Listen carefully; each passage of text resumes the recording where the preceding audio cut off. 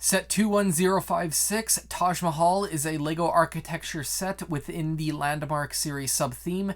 It comes with 2,022 pieces. It is for the ages of 18 and up and was released June 1st, 2021.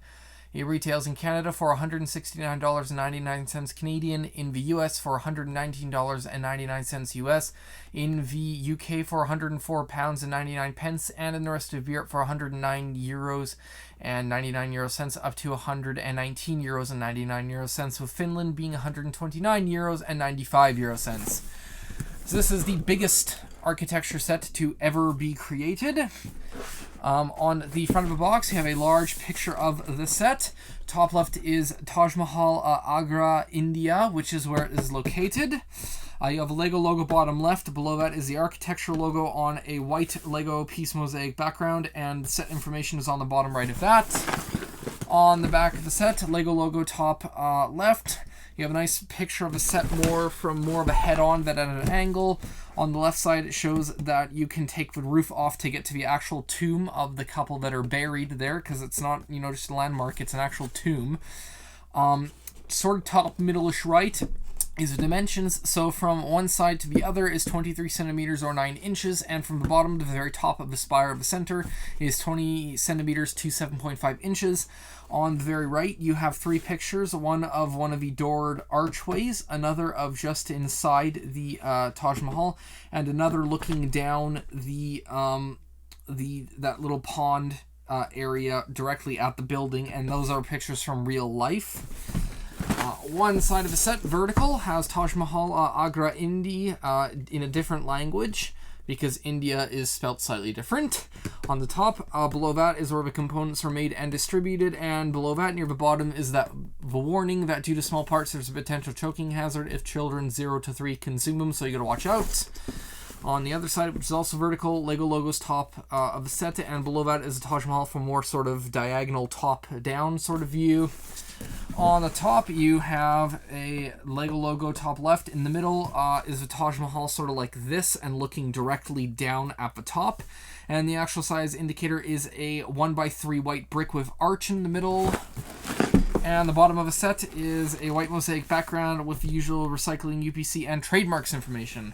Now this set is a little unique in that it's sort of, it is like other architecture sets. It's just a lot more bigger scale. 2 pieces of tape on the bottom opens it up to unfold, and you have a bunch of stuff on the inside of the box. Quickly taking it out, one of the tabs, and I'll try to get a good picture of this after. It says, not a piece of architecture, but the proud passions of an emperor's love wrought in living stones. A quote from Edwin Arnold. Okay, so here's the set. You have 12 bags labeled 1 to 10, with 3 having 3 bags on it. No stickers, which is great. In the instruction manual, the first 2 inside pages, one has a large picture of the actual Taj Mahal. The other one has just a very brief 2-paragraph summary of the actual history, along with a picture of the actual chambers where the Emperor Shah Jahan and Mumtaz Mahal, apologies if I butchered that, lay in rest there. Next 2 pages have to do with the design team, the people who, or the main person who actually designed the set, and that's in, of course, 2 other languages, including English. Bags 1, 2, 3, and 4 do the main base of the Taj Mahal, and bags 5, 6, 7, 8, 9, and 10 will do the spires and the main building at the center.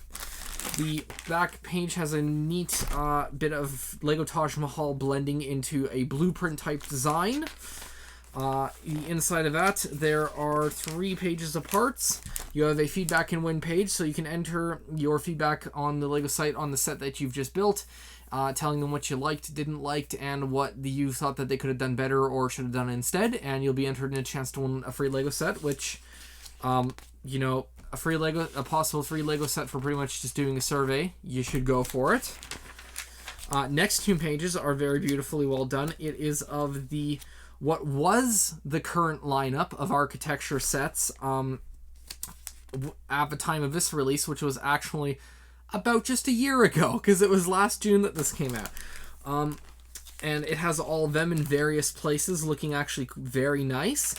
Next page over has the Celebrate the World of Architecture and Collect All the Models. So these are all the sets. So it shows Trafalgar Square, the White House, Statue of Liberty, Empire State Building, New York City, Paris, San Francisco, Tokyo, Dubai, and London. And some of these are no longer available. I think London is one of the ones, and Trafalgar Square are no longer available. I can't say or can't say about any of the other ones, but I do know that some of them have retired since then, so you can't get some of them anymore. And that's it for the inside. As of all architecture sets, several of the pages will have little fun facts about the build. For example, on page 126, and I'm not going to put all of them in, it says, as a safety measure, the four minarets, so those are the towers on the outside, lean slightly outward rather than stand straight. Thus, if any of them fell, they would fall away from the tomb, which is, that's a really good design choice right there. That's really interesting. So, every once in a while, you'll get those in the pages. Packaging is going to be a 4 out of 5 because while there was nothing wrong with it, like Ben's instructions, there was nothing incredible. Incredible packaging that would get like a full rating would be stuff like the Titanic or the Titanic Coliseum, UCS, the high-end UCS Star Wars sets. Those always have incredible packaging that go above and beyond normal Lego packaging.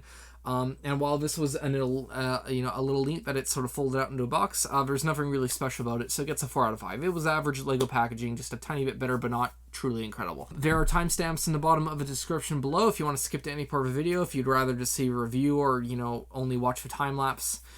And I will be watching a video on the computer in front of me, and sometimes I will look up if something funny happens, and when I speed up the videos for time-lapse, it can look a little weird. So let's get building.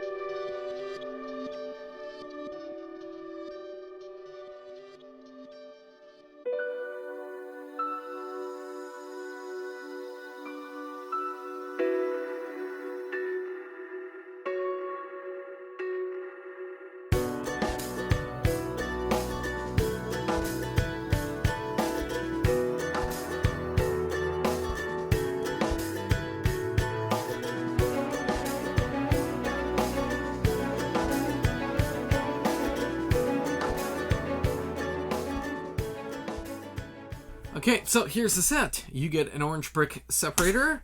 You get a couple little extra pieces, a little bit of ski poles, some tiles and stuff. The weirdest thing that I got are these dark sand yellow wands. I got a pair of them, and they're not actually listed, so I actually got an extra part that isn't even in the set, which was interesting for me. For exclusive parts, there's just 2 of them. For an exclusive print, you have a 1x8 flat black tile with the words Taj Mahal on it. And for colors, you have a ski stick that is in a white color. It has allegedly never been in before. So now that that's out of the way, the set. The set is a very... It was an interesting build. I have the... Not the original, but the re-released Creator Expert Taj Mahal set, and that's about the same as this set. It looks incredible, but it takes a lot of repetition. Unlike something like a lot of the other architecture sets where it's, yes, a lot of little pieces, but you get them different sort of views and stuff, and nothing is ever truly symmetrical. This is really a symmetrical set. This is sort of like the Empire State Building. There's a lot of repetitive bits in here. The way that you build the base plate is repetitive. The way that you do the tiles on here and the outside bits is repetitive of the 4 towers. You do 4 corners, 4 sides. These 4 little towers here, it really is all about repetition. And while it looks incredible, the repetition is actually quite, it's actually somewhat annoying. This is a set that you do when you're just building Lego to wind down. It's not really one that you would build because you want to have fun with that, if that makes sense in a way. It's more of the end experience than the actual building experience for this set. But it does have a lot similar. So if you missed the original Taj Mahal and then the re-release of the original Taj Mahal, I can happily say that other than the fact that this is a lot smaller, for about, I think it was about 1/3 the price, and about 2/3 and about 2/5 of the parts, it's basically the exact same thing. It's just smaller, and you do a lot of things over and over again to build it. But it is a really nice looking set. So what you do get is you have the little stairs going up, which they did manage to get in here. You have nice bits of details around the edge, which is always nice to see in these sets. These big sets where there's detail, but with little pieces, it's difficult to achieve. I do feel they achieved it.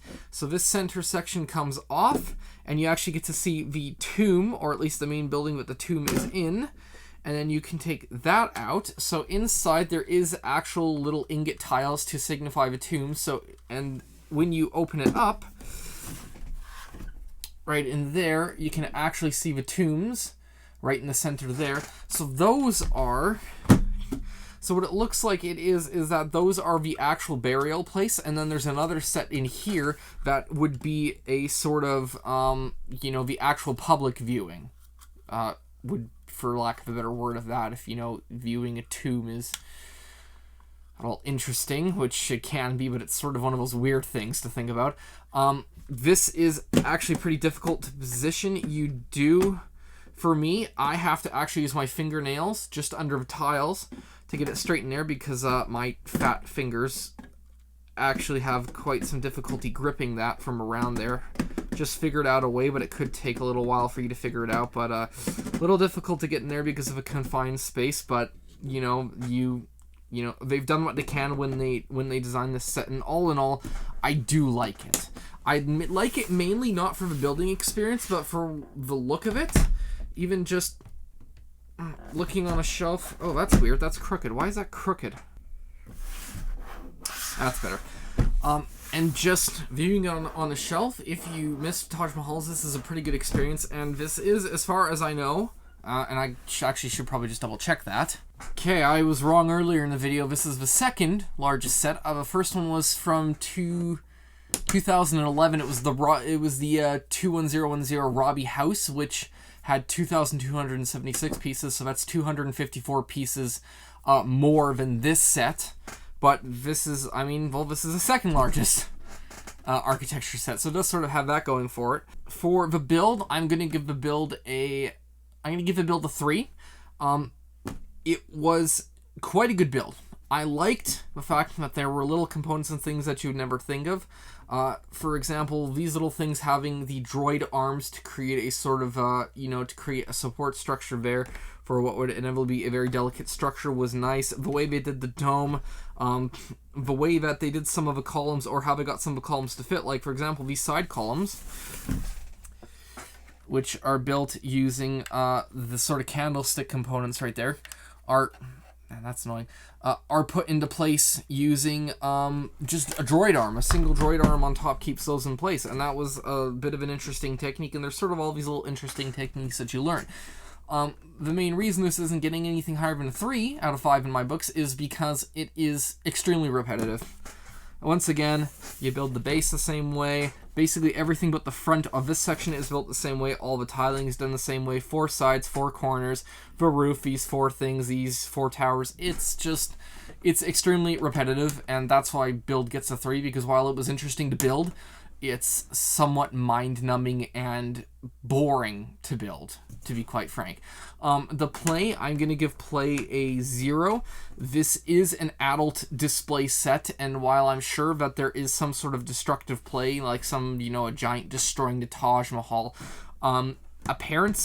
it's mainly an adult or a parent getting it for, a teenager who enjoys this sort of stuff. It's not meant for kids. I mean, it is fairly obvious, and while, a lot of people go, but Lego is for kids, well, Lego has a certain market, and they obviously the architecture stuff is mainly geared towards adults, and this one definitely shows of how sort of mentally focused you have to be just to get through it. So that's why play is going to get a 0. I don't see any play here, or really any reason why a child would be playing with it in the first place. So display, I'm going to give display a 5 out of 5. It is a fantastic display. This would look really great on some sort of coffee table where no matter which direction you look from it, you're not really missing anything other than the front steps here and the words Taj Mahal. It basically all looks the same from any direction, so no one, let's say you have a group sitting around a table, no one is really going to miss out on any part of it just looking at it. The amount of detailing is very incredible on it, and that does make it for a very nice display there. What I do think better is that this could work if you wanted to create something like a micro city, create miniature architecture. It could work in there. If you want to go sort of more micro scale than a Lego city, you could do a micro Lego city. This would definitely work very well in there, along with quite a few other architecture stuff. This would also, quite frank, look amazing just on a shelf. And display is going to get a 5 because this is a very nice looking Lego set.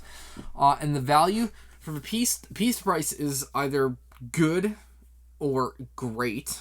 Like in the, I think it was in the UK you're paying like 104, and you're getting basically like almost double the amount of piece for price, like 5 cents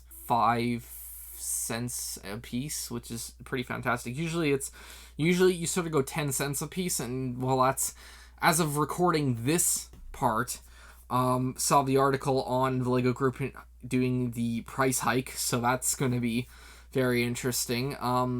That's really going to throw piece to price so far afield that it doesn't even count anymore, and hobbyists won't even be able to use that. But I digress. I'm going on a bit of a rant there.